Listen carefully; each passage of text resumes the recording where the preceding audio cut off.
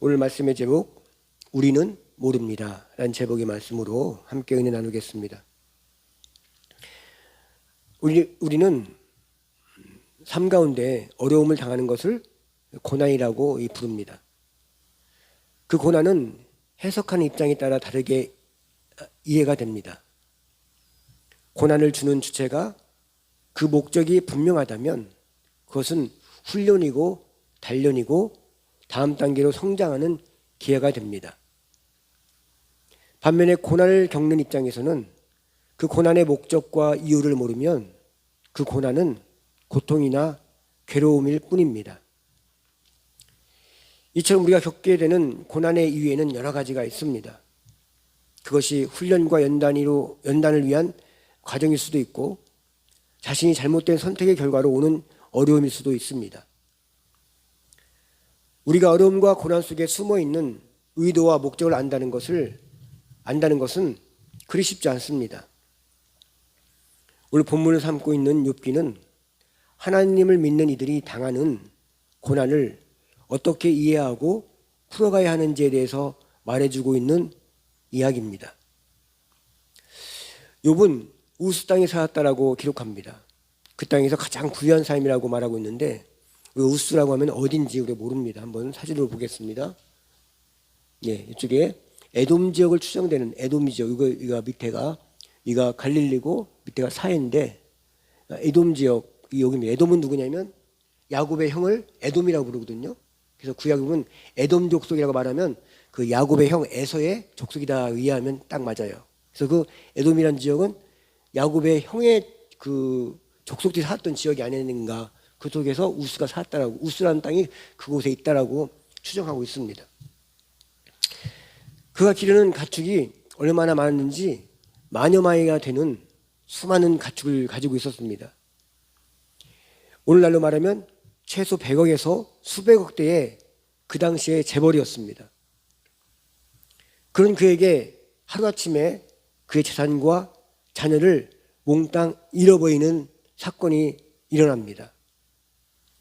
그것은 아주 순식간에 순간적으로 일어난 일이었습니다. 이 모든 일이 갑작스럽게 일어나자 욥은 정신을 못 차렸습니다. 모든 것이 전부 하루아침에 날벼락도 이런 날벼락이 없을 정도로 갑자기 순식간에 그 모든 소유가 다 날아가 버렸고 자식들까지 모두 죽어버렸습니다. 그런데도 욥은 그 입술로 무엇을 말하고 있냐면 아이고 죽겠네, 어떻게 살지, 하나님 원망하며 망할 소리를 한 것이 아니라 하나님을 원망하고 욕한 것이 아니라 도리어 하나님을 찬양했다, 하나님을 이렇게 예배했다, 이렇게 기록되어 있습니다. 이렇게 보면 아마도 욥이 갑작스럽게 자식들이 다 죽어버리고 자기 온 재산이 다 날아가 버리니까 아마 욥이 실수한 것이 분명합니다. 제정신이 아니었다는 거죠. 아니면 그가 아주 초자연적인 멘탈을 가지고 있어서 난 하나님을 믿으니까 어떤 상황에서도 난 이 얘기를 하고 만다, 어떤 그런 생각으로 이런 얘기를 한 것이 아닌가라고 인간적인 생각으로 할 수 있는 그런 부분이 있습니다. 그런 가운데 그의 몸에는 막 악창이 번져가지고, 성경에 종기라고 되어 있지만 예전에 번역 성경에는 악창이라고 되어 있는데 그냥 몸에 그냥 피부병으로 피부방 같은 것이 막 번져가서 육신의 고통도 이루 말할 수 없을 정도가 되어버렸습니다. 그런 가운데 그 안에는 이런 말도 안 되는 상황에서 그래도 하나님을 찬양한다고 하는 그 실성한 남편을 보니 미칠 지경이었습니다. 이성을 잃고 실성해버린 남편 욥에게 그 안에는 그럴 거면 차라리 하나님을 욕하고 저주나 퍼붓고 죽어버려라 라고 이야기를 하면서 집을 뛰쳐나갑니다.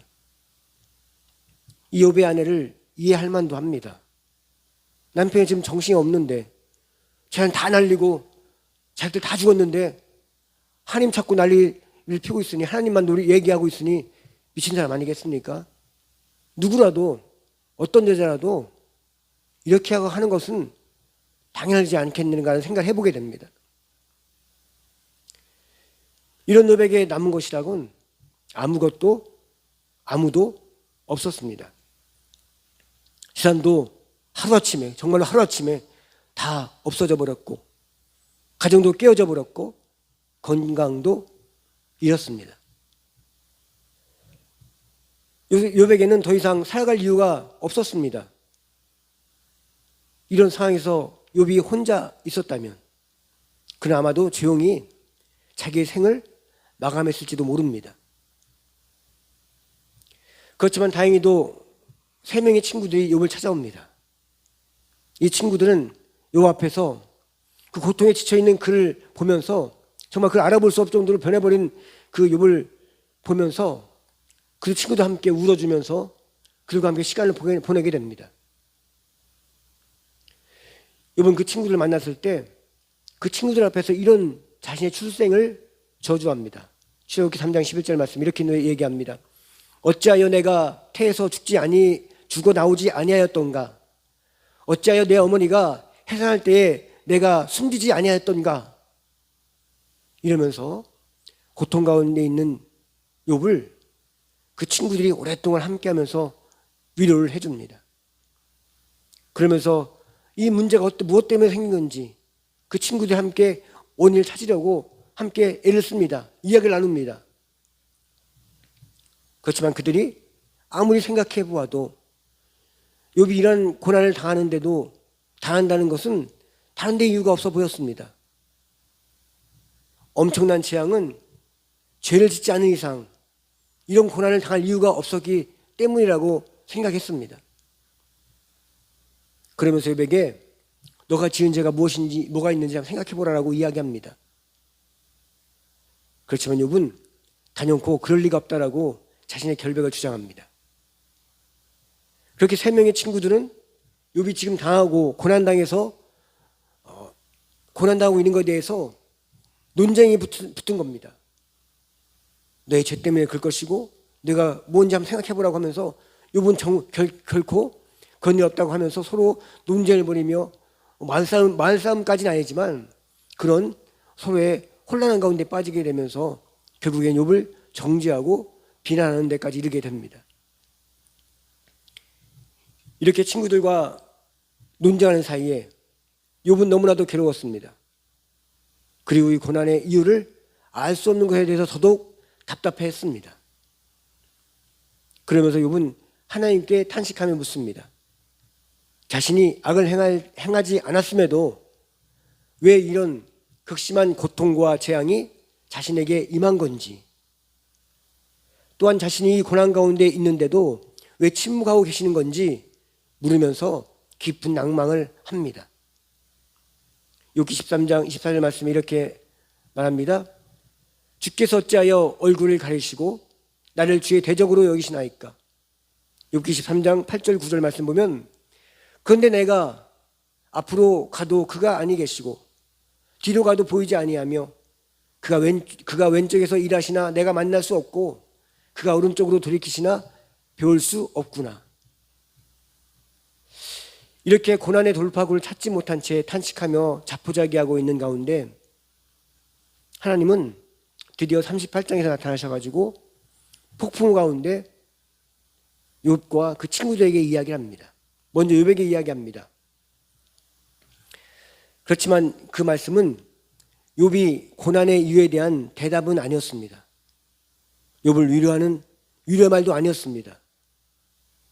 하나님은 욥의 물음에 답은 하지 아니하시고 도리어 더 많은 질문으로 욥에게 물으십니다.